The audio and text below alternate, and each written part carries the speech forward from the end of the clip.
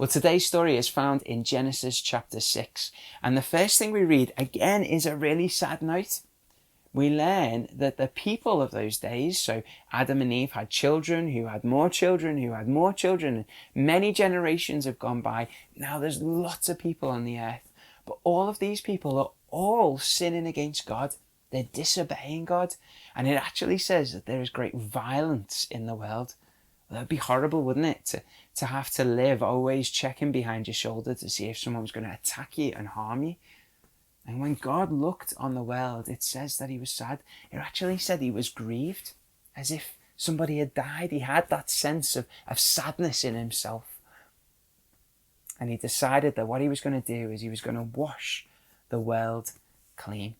You see, these people who had been created in God's own image, now we're doing some horrendous stuff, and God couldn't stand by it. He had to wash it clean and start again. But again, there is a glimmer of hope. A man by the name of Noah. Now, Noah is old, and in those days, the Bible says that people lived for many, many years. So Noah is at least 500 years old. And Noah was a man who loved God and walked with him. He lived a life that was kind to others instead of violent, but also lived in the way that God had created him to live. Do you think Noah could be our rescuer that we're looking for? Do you think he could be the one that God promised? Well, let's find out through the story. You see, God told Noah about his plan to wash the world clean. And indeed, wash is the good word for it. He was going to flood the whole earth, and he was going to make sure that every living thing would be wiped out so that he could start again. Well, God told Noah to build a huge boat called an ark. The word ark actually means box. So he was telling Noah to build a big floating box. And he gave him all the measurements.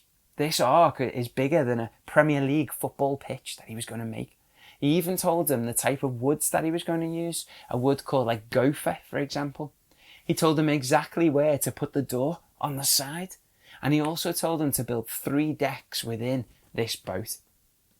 After the plans, God made a covenant. And a covenant is like a special friendship promise.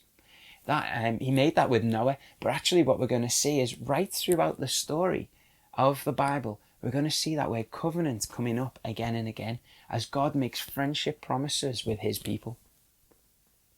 He then tells Noah that once all this is finished, he's going to have to bring animals onto the ark. Well, let's go live because I think I've got a live link to Noah. Noah, are you there? Give us a wave. Fantastic, he can hear us. So Noah, God's told you how to build the ark, and I know that you want the children to help, so can we get a saw out? Yep, let's get a saw. And Noah, let's do some cutting, please. Can we do some cutting? Kids, I want you to help as well, so let's get our saws. Come on. You need to make the noise as well. I know you feel silly in your bedroom doing this. Come on. Good fun. Fantastic. Let's get some hammering on the go. Let's do some hammering. Fantastic, good stuff. Okay, and how about a bit of electric drilling? Yeah, can we do some of that? Wait, hang on a minute, Noah.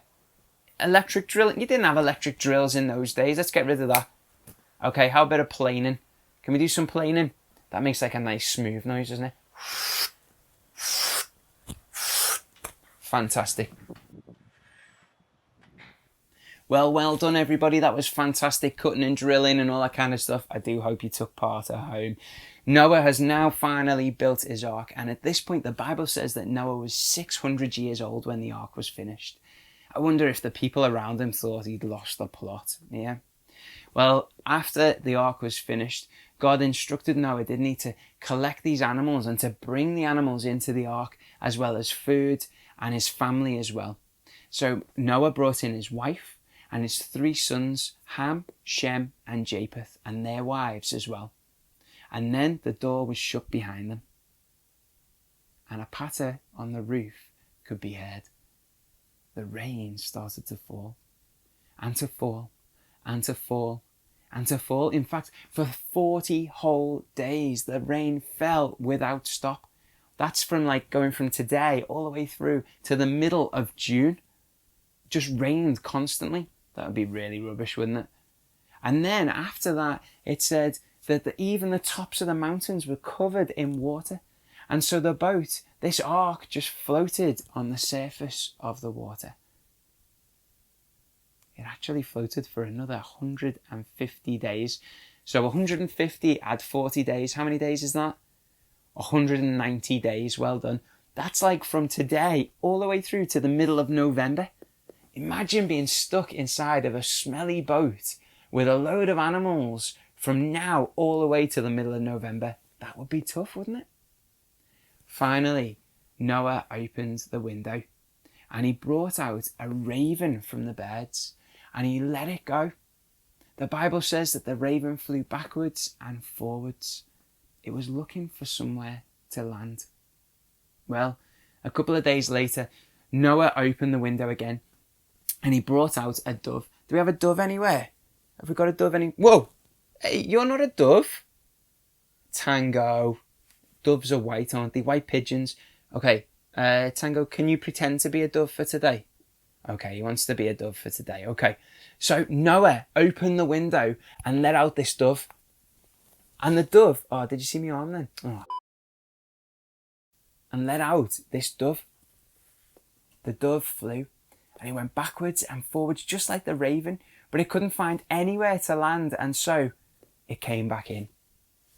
Noah gave it 7 more days. Then he opened the window again and he let the dove out. Here you go. And the dove went out and it flew around, and this time it came back, but it came back with a small branch in its mouth. Have I got a branch anywhere? Oh, there you go. Thanks. It came back with a branch. Noah knew now that the trees were starting to poke out of the water, that there was a branch poking out with a small olive shoot on top of it. Well, Noah gave it 7 more days, then he opened the window and he let the dove out, and this time the dove didn't come back. Oh, he's gone? Where did Tango go? Oh, well, he's gone. Noah knew that the waters had subsided and now it was safe for him and his family to be able to get off the ark. They waited a few more days as the boat settled on top of a mountain called Mount Ararat. And then, as they came out, they had this new world to explore. God renewed the promise with Noah. Do you remember what that promise was called? That friendship promise? It was called a covenant. He promised to never again flood the earth like he did in those days. And he put something called a bow. We know it, don't we, as a rainbow in the sky. It was a sign of the promise. And for Christians, whenever they see the rainbow, they think of 2 things found in the story of Noah. First of all, they think that God is pure and perfect and that he cannot stand sin. The second thing, they believe that God rescued Noah, and they have been rescued by God too. Well, don't forget, we're still looking for that rescuer. So is Noah our rescuer? Well, Noah was the one who actually needed rescuing in the story.